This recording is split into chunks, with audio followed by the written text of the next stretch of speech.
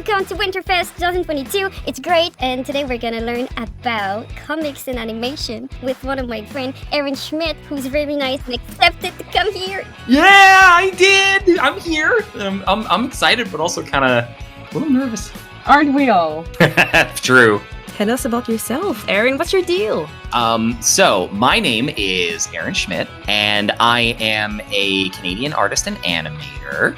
I've worked on shows such as Hell of a Boss, as a cleanup animator, I should preface. And you probably know me more so, especially from this year, for a little comic that kind of blew up online called Tinder Skitty, which is a lovely little comic about Skitty and Wailord, which started off obviously as a meme online for Pokemon, but I wanted to turn it into a more wholesome relationship between them and just explore their relationship together. So it is really wholesome. I think that's why I like it so much. Oh, thank you. I do my best to distance like the whole jokey, crude, memey side of it and just kind of turn it into its own thing and make it sweeter. And I think it's done its job there because a lot of people have like embraced it more for the wholesome nature of the comic, which I really appreciate. You balance very well the wholesome and the very funny part. So good job.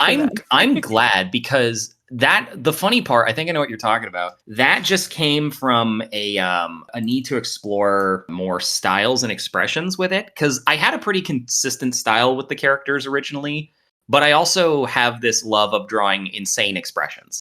And I didn't really break the designs too much of Skitty and Wailord before.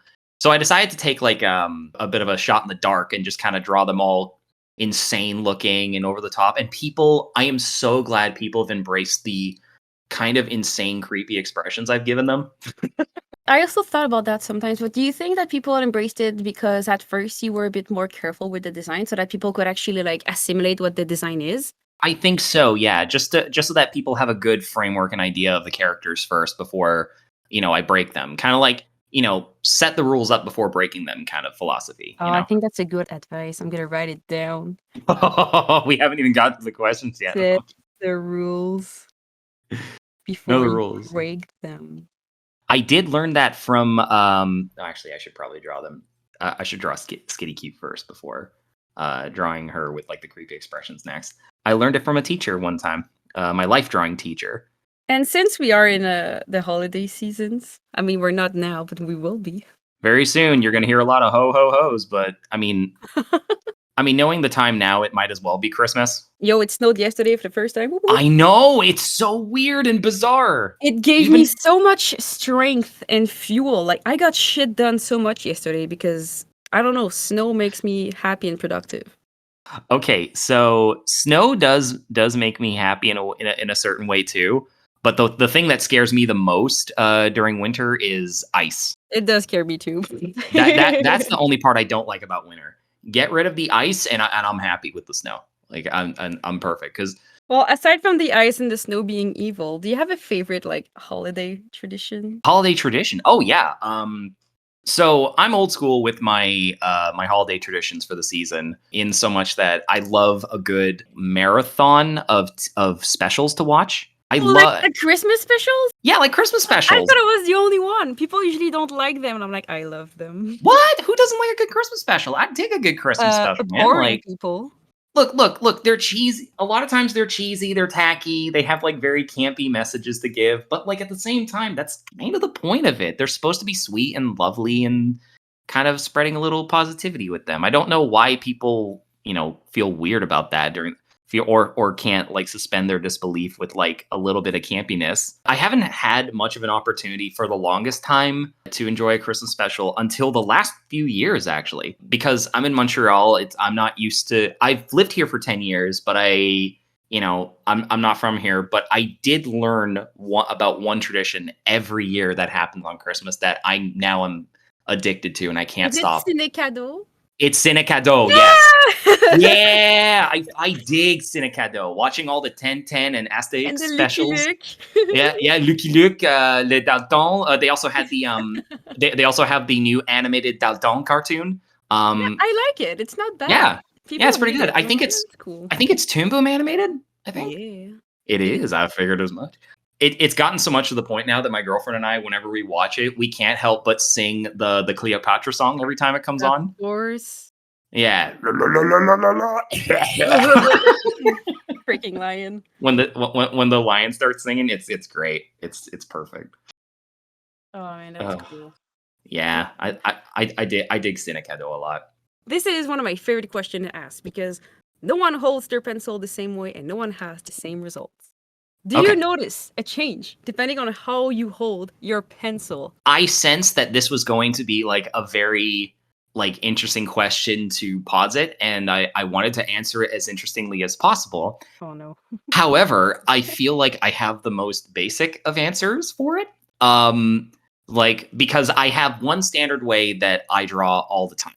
And I have learned different ways to draw. I know the technique where you hold it in your hand like let me see if I can draw it here next to my skitty, but like when you hold it like this way. Do you remember this trick at school we used to learn? It's great for live drawing and just like getting started, but I can't draw good with it. Yeah, no, it's really tough to do because like you have to do it in like broad strokes. It's meant for like very gestural and quick Yeah. kind of movements, but I'm not good at that stuff. But what I can't, my favorite way to draw is like this. I'm just gonna draw this next to it.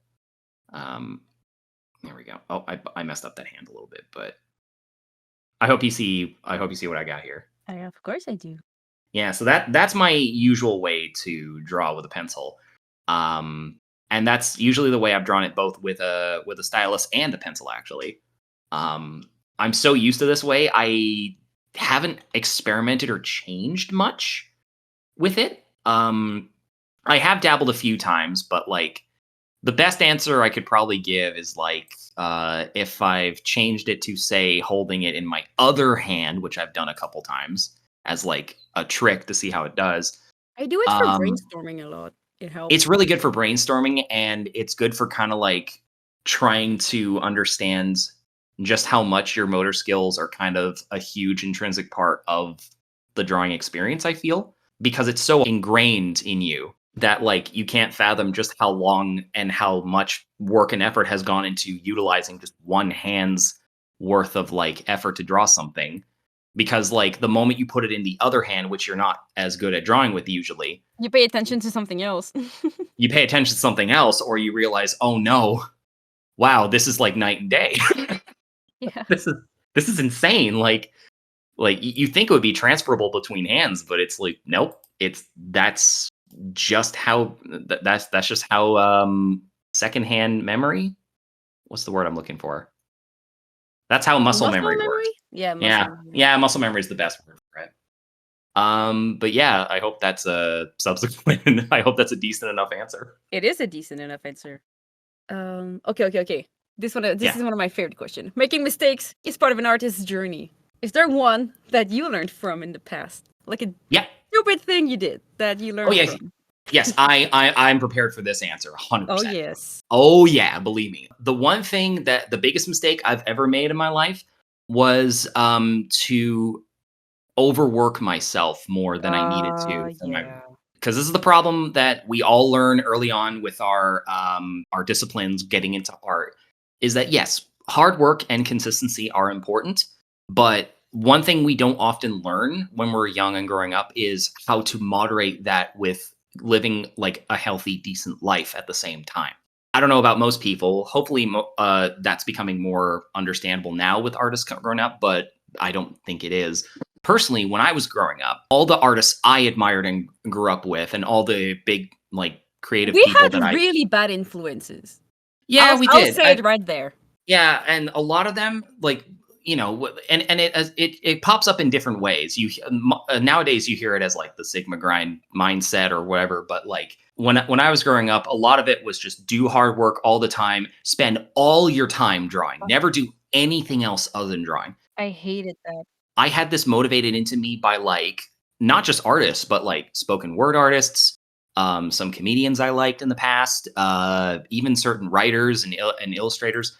Like a lot of them just basically said, work hard, always work, never do anything but work, and sacrifice sleep for work. I know, it's so annoying. Yeah, and for the longest time, I was like, "Oh yeah, yeah, I gotta not sleep because I could spend more time just working." And I did that for years and years and years, and I would even train myself to be able to stay up like late nights, and I kind of ingrained it into my brain chemistry so hard that unlearning it now is really, really tough. Like I still spend days where I'm like, "Oh god, I'd love to go to bed earlier than like midnight," but I end up staying up until like 2, 3, and just going to sleep around that time. And I've been slowly unlearning that and trying to get like into a better, healthier sleep schedule and to moderate my hours better and to just accept that you can take time off from work and live your life outside of that. Overworking yourself, I would not recommend. I would say work the right amount and respect your body. That's what I would recommend.